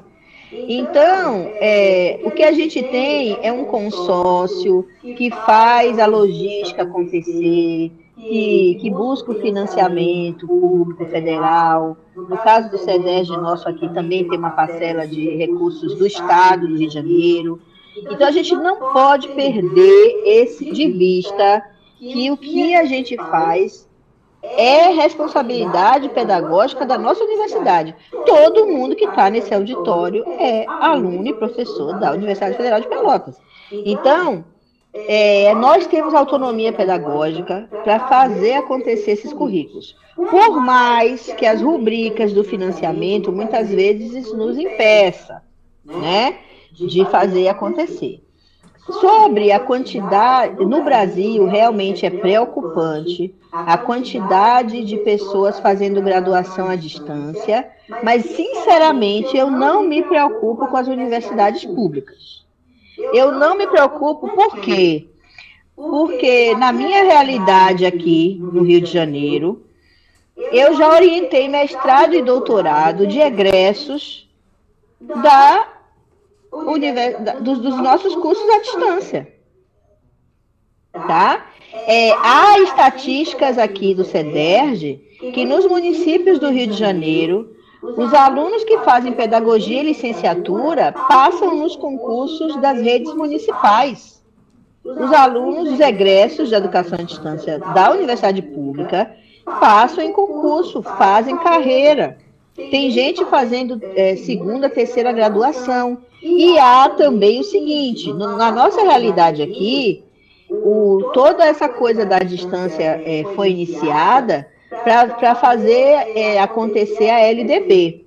Uma vez que foram formados os professores, hoje a gente tem a graduação à distância formando segunda, terceira graduação. Tem doutor fazendo graduação à distância, para poder entrar em outra área, fazer uma outra carreira.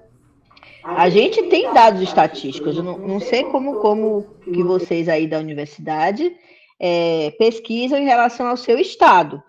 Agora, aquilo que começou para ser uma força-tarefa emergencial, para tirar os professores da condição de leigos, virou um projeto que faz a interiorização da universidade pública em nosso país.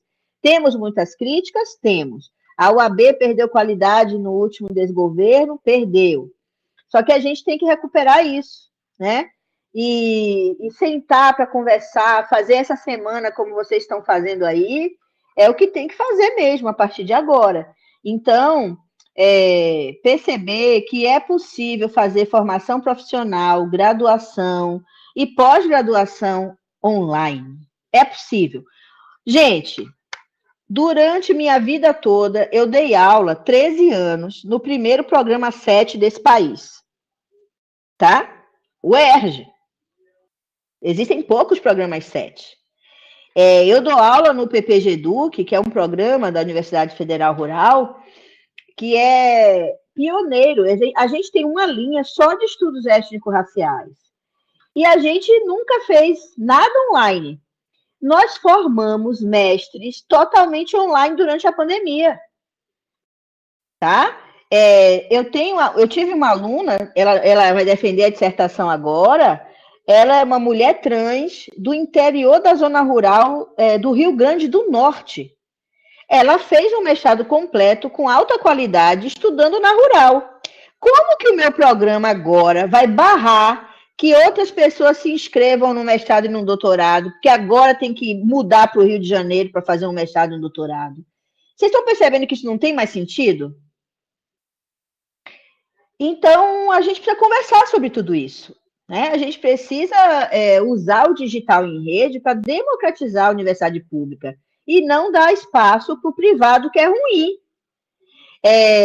Eu acompanho duas pesquisadoras que resolveram fazer segunda graduação numa universidade privada muito famosa. Gente, é aula PowerPoint. As pessoas estão tendo diploma sem ter mediação alguma docente. E tem gente que gosta e aprende, mas eu sou contra isso, principalmente em relação à primeira graduação da vida de alguém. Então, ou a gente faz com qualidade na nossa universidade pública, ou a gente vai perder aluno, como a gente já está perdendo, porque o aluno que faz um curso ruim, ele só vai ver as consequências disso lá na frente, tá? Só que a gente, como instituição pública, a gente precisa criar os nossos próprios projetos de qualidade, buscar financiamento para isso. e vivenciar essas experiências potentes. A aula voltou para o presencial, eu continuo usando meu cigarro, eu continuo fazendo portfólio, tá? Eu continuo envolvendo os meus alunos de mestrado e doutorado na co-docência comigo na graduação. Na pesquisa que eu fiz nos Estados Unidos agora, gente, eu estudei uma disciplina de mestrado e doutorado que a professora pegou um desafio educacional concreto. Eu vou contar rapidamente. O Hospital do Câncer da Universidade, um hospital do câncer do estado de Ohio, dentro do hospital tem um setor educativo, que faz a formação dos profissionais de saúde. E nesse setor educativo, tinha demandas concretas, dilemas concretos. A professora que eu estudei pegou 3 desses dilemas, levou para sua turma de mestrado, e durante um semestre, os alunos de mestrado, juntamente com as pessoas do hospital, buscaram soluções para resolver esses problemas educacionais com tecnologias. Então, essa relação da universidade com o mundo da vida, com ONGs, com setores educativos, com hospitais públicos, com instituições das mais variadas formas, tudo isso em projeto que conecta o mundo do trabalho ao mundo acadêmico, sem fins lucrativos, inclusive, e obviamente que lá fora a universidade é pública, mas não é gratuita.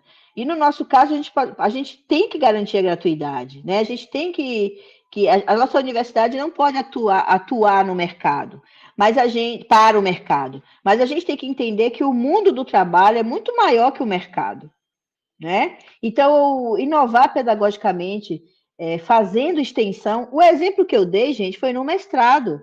Mas isso tem diferença em relação ao que se faz na extensão? A gente pode aprender tanto com a extensão universitária e fazer um ensino mais contextualizado, uma pesquisa mais contextualizada, que mude a vida das pessoas, inclusive de quem se forma pesquisador. Então, acho que tem tanta coisa para a gente experimentar e fazer.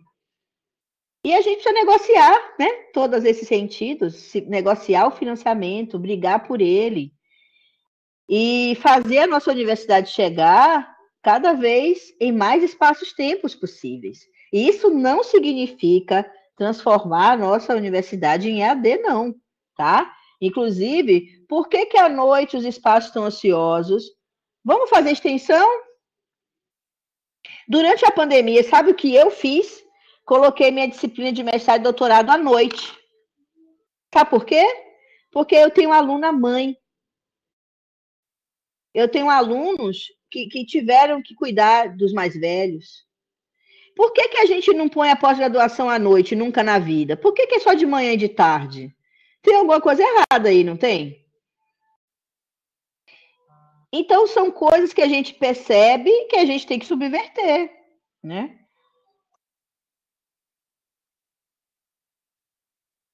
Acho que é isso.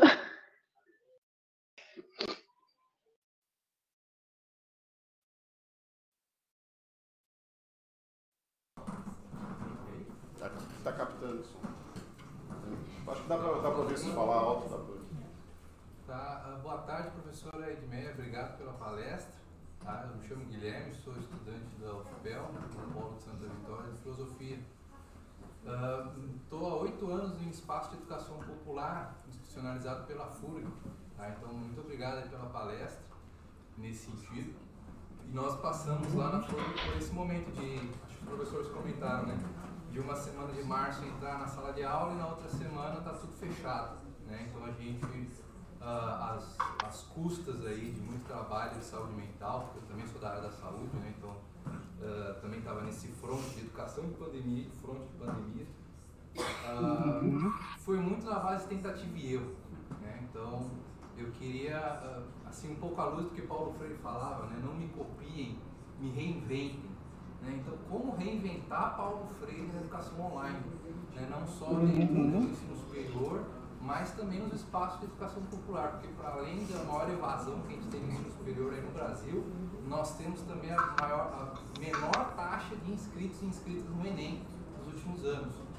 Tá? Então, Sim. a pergunta seria mais... E mais uma vez, obrigado aí pela palestra.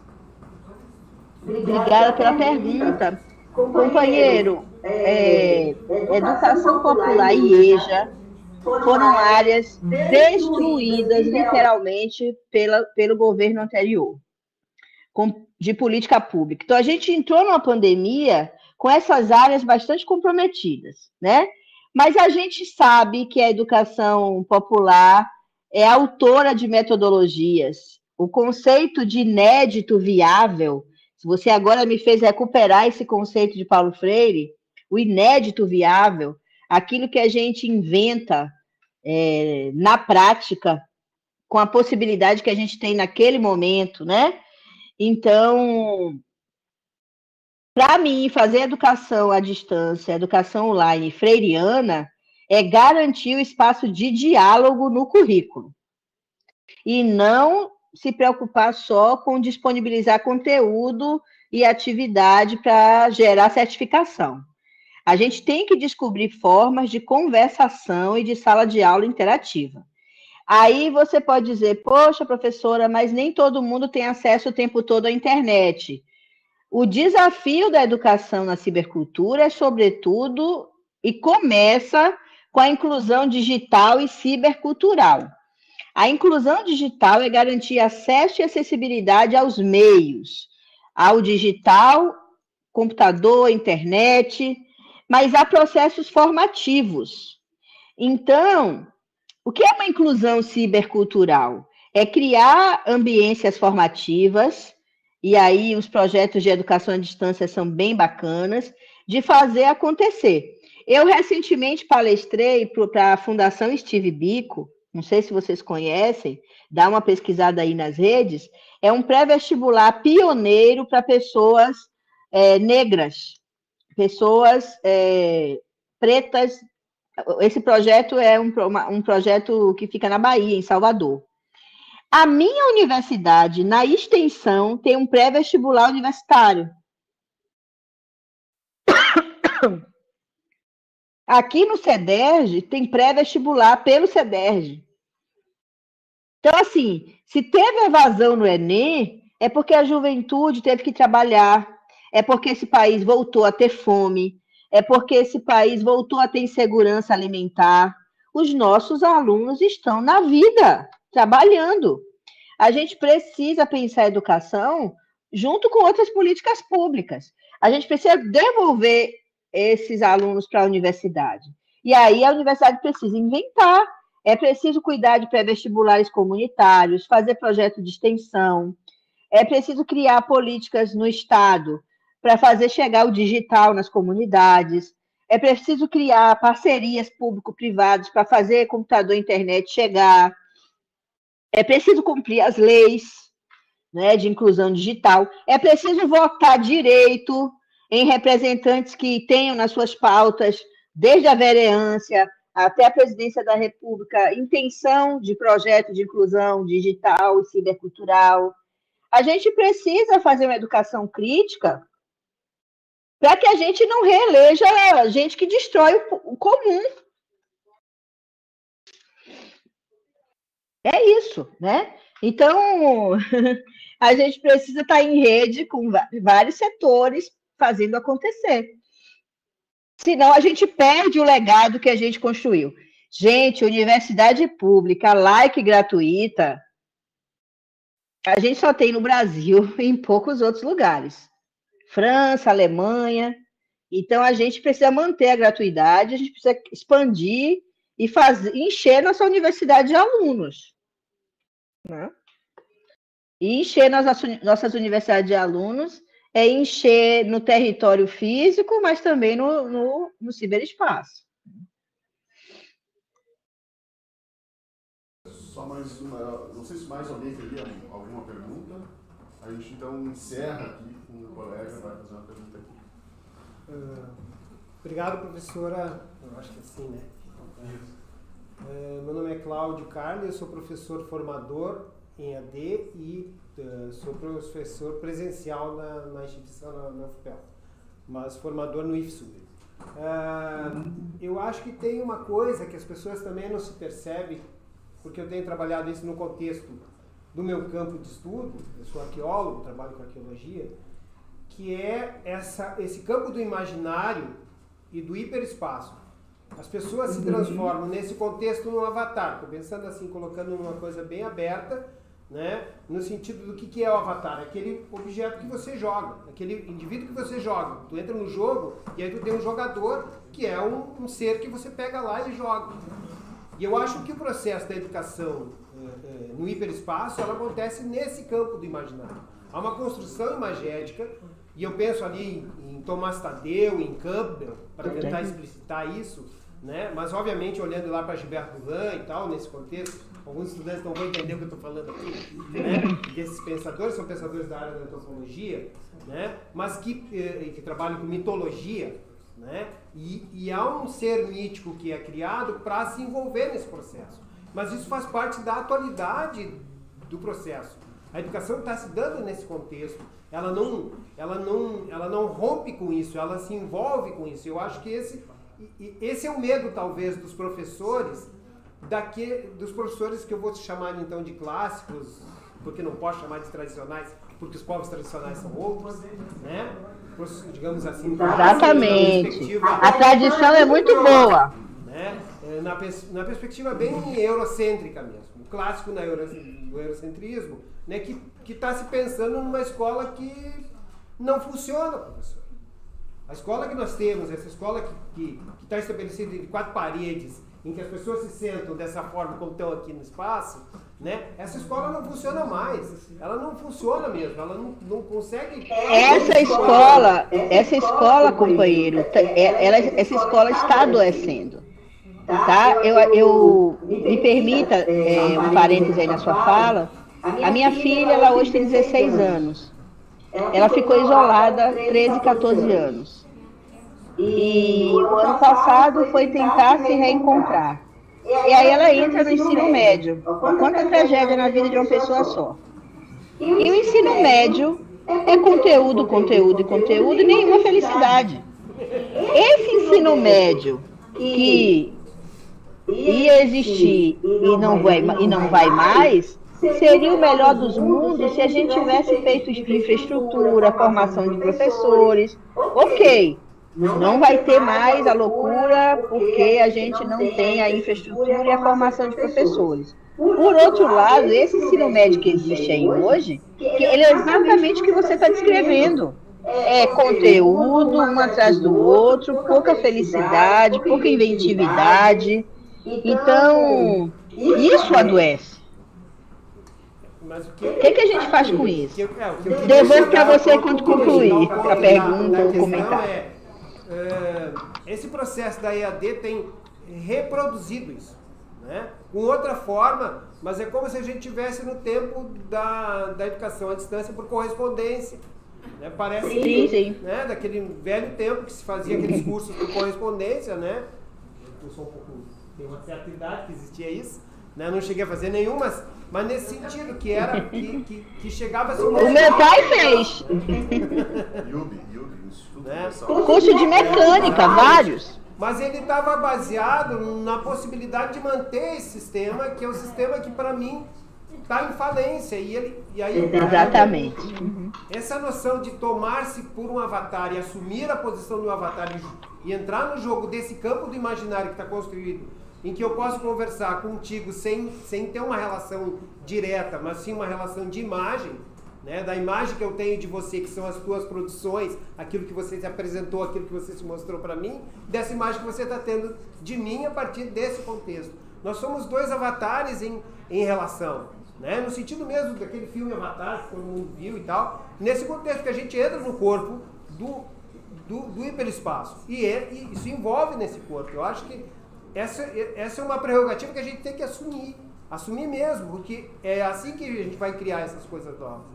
A minha ideia, eu estava me sentindo um pouco sufocado da continuidade do sistema de palestra, quando na realidade a gente quer outra coisa. A gente quer interação. É conversa, né? Conversa. Isso, professora, mais ou menos por aí era a minha fala. Maravilhosa contribuição. A gente hoje tem uma rede e múltiplas linguagens.